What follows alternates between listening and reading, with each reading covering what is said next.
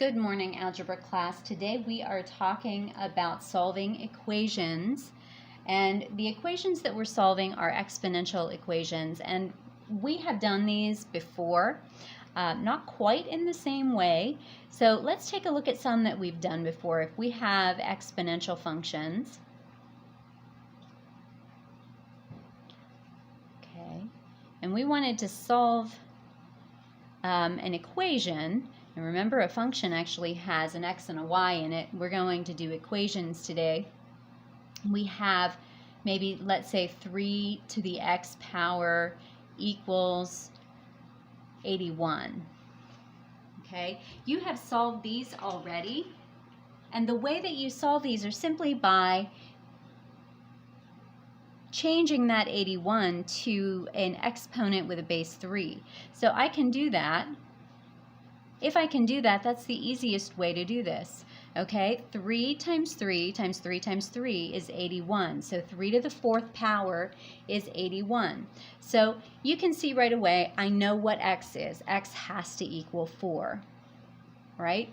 That is one way to solve an exponential function. That obviously is not always going to work. We need another way to do this, and that's kind of what we've been leading up to when we've been learning about logarithms up until this point. So if I have something that won't work out, let's say I have 3 to the x equals, I don't know, let's pick a number, 57, okay? If I have 3 to the x equals 57, then I can still answer that question now because I know a little bit more about exponential functions and how they relate to a logarithm.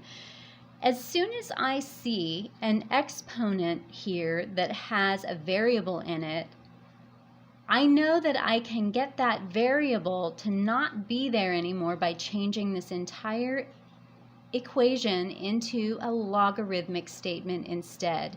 How do I do that? Remember, I take the base here, and that is going to be the base of my log base 3, go across the equal sign and get 57, equals, and that equals the x right here. So great, wonderful, we know that. However, I have log base 3 of 57. I know what x is, but I don't really know what x is. This is when we use something called the change of base formula. The change of base formula says anything that has a base that I don't like, maybe, I can change into a base that I do like. And we like the common log base 10, where we don't even write the 10 down there. And this changes to log 57 over log of 3. Okay? At this point, I'm going to grab my calculator, okay, and I'm going to type in log of 57 divided by log of 3. And I'm going to round off my answer to the nearest hundredth here, so it's 3.68 approximately. So x equals 3.68. Not real hard. Once you have that conversion of logarithms and exponential functions, makes these much easier to do. Let's do a few more that are a little bit different, just to kind of give you some other practice. So sometimes you will have something like this: 2 times 5 to the x power equals, say, 150. Okay? And this one actually you could probably solve without using a calculator, but let's figure out how to solve it with a logarithm. First of all, I can't change this to a logarithmic expression if I have that 2 there. Okay, so you have to get rid of that 2 first before you change this into a logarithmic expression. And I'm going to do that by dividing the 2 out. So if I just divide out the 2, I get 5 to the x power equals 75. Okay?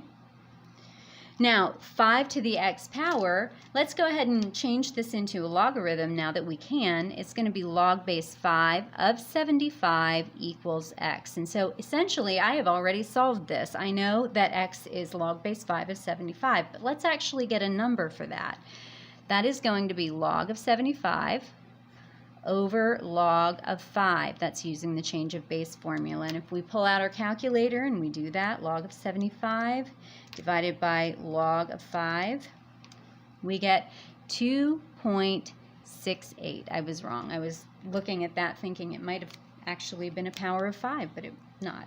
So this one again is easy to solve. We just need to make sure that we get that 2 out of the way before we change it into a logarithmic expression. And then let's do one more, just so that you kind of get used to seeing some of the different ways that these can happen. If I have something like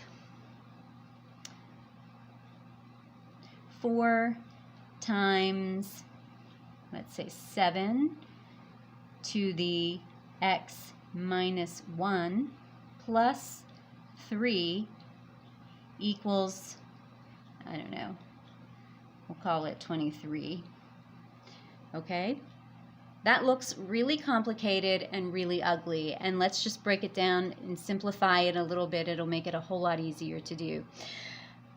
First of all, we want to get the term that has the exponent of x on one side by itself, just like we did up here. We had the 5 to the x by itself. That's our goal. So we can change this then into a logarithmic expression and solve it from there. Now, first thing we need to do is subtract that 3. So we're going to have then 4 times 7 to the x minus 1 equals 20 when we subtract the 3 from both sides. The next thing that we will do is divide out the 4. So we will have 7 to the x minus 1 power equals 5.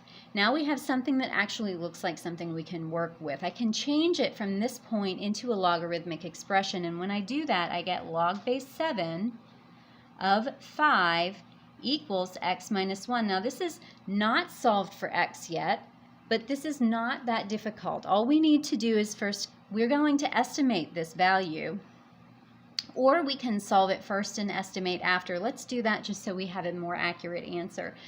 In order to solve for x, I have to add 1 to both sides.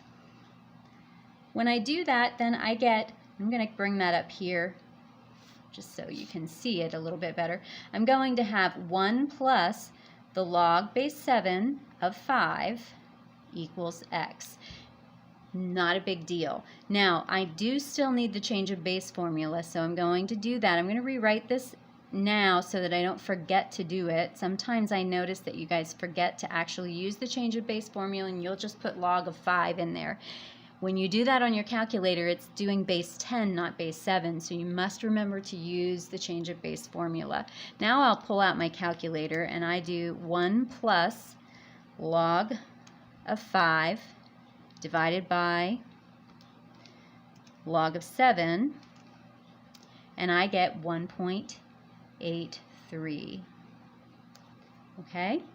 So that's how you solve exponential functions using logarithms. There are other ways that people teach to do this. I think they're a little bit more complicated than what we're doing. So hopefully that helps you, and if you have any questions, of course, always ask me, and I will see you soon.